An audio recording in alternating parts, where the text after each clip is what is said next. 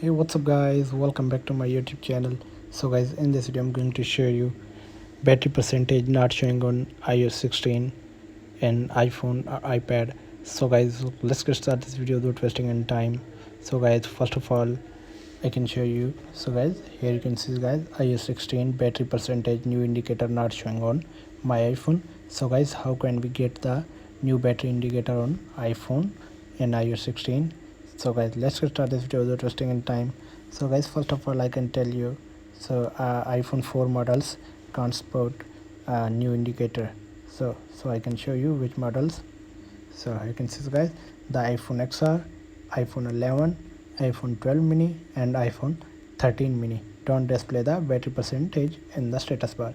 So guys, iPhone battery percentage is it will not show on iPhone XR, iPhone 11, iPhone 12 mini and iPhone 13 mini will not support new indicator. So guys, here is the issue.